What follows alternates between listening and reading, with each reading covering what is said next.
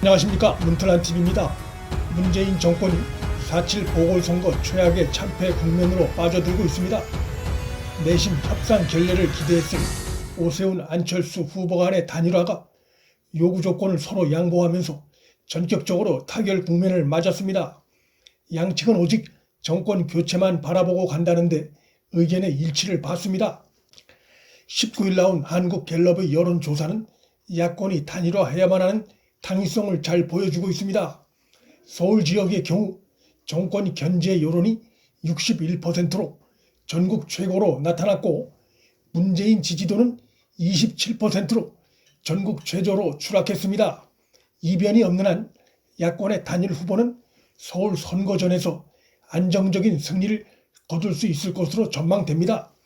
국정 지지도가 이렇게 20%대로 떨어지면 정권은 사실상 국면을 전환할 방법이 없는 것이나 마찬가지입니다. 지지도가 40% 정도라도 되면 정권이 갖고 있는 권력의 힘을 이용해 무슨 꼼수라도 펴서 뒤처지고 있는 지지도에 변화를 가져오는 대책을 고민해 볼 수 있겠으나, 이렇게 대통령의 국정 지지도가 20%대로 추락해버리면 정권이 민심으로부터 사실상 완전히 버림을 받은 것이나 다름없는 상태이기 때문에 차갑게 돌아선 민심의 변화를 기대하긴 어려운 것입니다. 선거가 치러지는 지역에서, 그것도 국가의 중심 도시인 서울에서 대통령 지지도가 20%대로 떨어졌다는 것은 과거의 사례를 찾기도 쉽지 않은 경우입니다. 문재인에 붙어있던 느슨한 지지층마저 다 떨어져 나가고 강성 지지층만 남아있다는 의미입니다.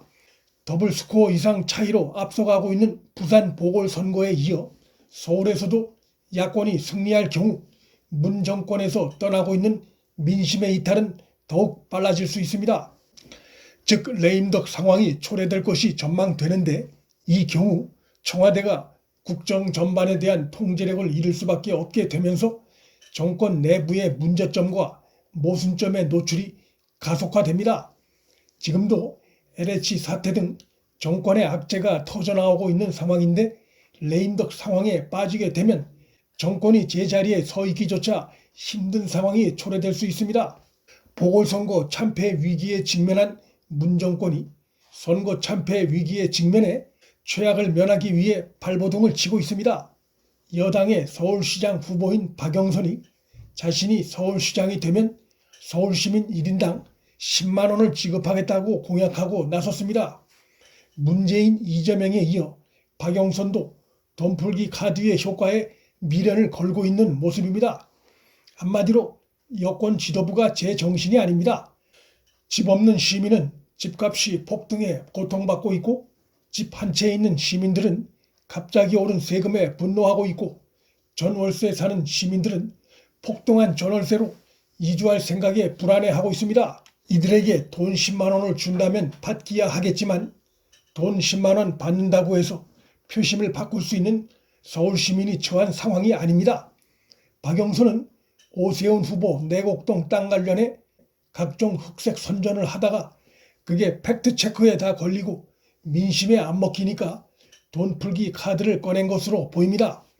문재인이 가덕도 공항에 28조를 퍼붓겠다고 약속했음에도 민심이 싸늘하게 나타나는 것을 보고 있으면서도 돈풀기 카드를 꺼낸 것은 서울시장 선거전이 그만큼 다급해졌다는 뜻입니다. 달리 더 꺼낼 선거용 카드도 마땅치 않다는 것을 스스로 드러낸 것이기도 합니다. 하지만 이는 당장 생활이 어려운 저소득층표 일부라도 가져오겠다는 매표 행위란 비판을 명키 어렵습니다. 서울 지역에서 문재인 국정 지지도가 27%라는 최악의 수준으로 추락한 것이 잘 보여주듯이, 지금 상황은 그렇게 돈을 뿌린다고 해서 돌아올 서울 민심이 아닙니다. 민주당의 서울 지역 의원들이 문재인에 대한 집단 반발 움직임을 보이고 있는 데서 여당이 처한 서울의 상황이 얼마나 다급한지 드러납니다. 부동산 폭등에 대한 국민 저항에 이어 무능한 정권이 올려놓은 집값으로 인한 세금 폭등에 대한 국민 조세 저항 움직임이 확산되고 있고, 이것이 서울 지역의 여당 의원들로 하여금 사실상 문재인에 대한 집단 비판 양상으로 나타나고 있습니다.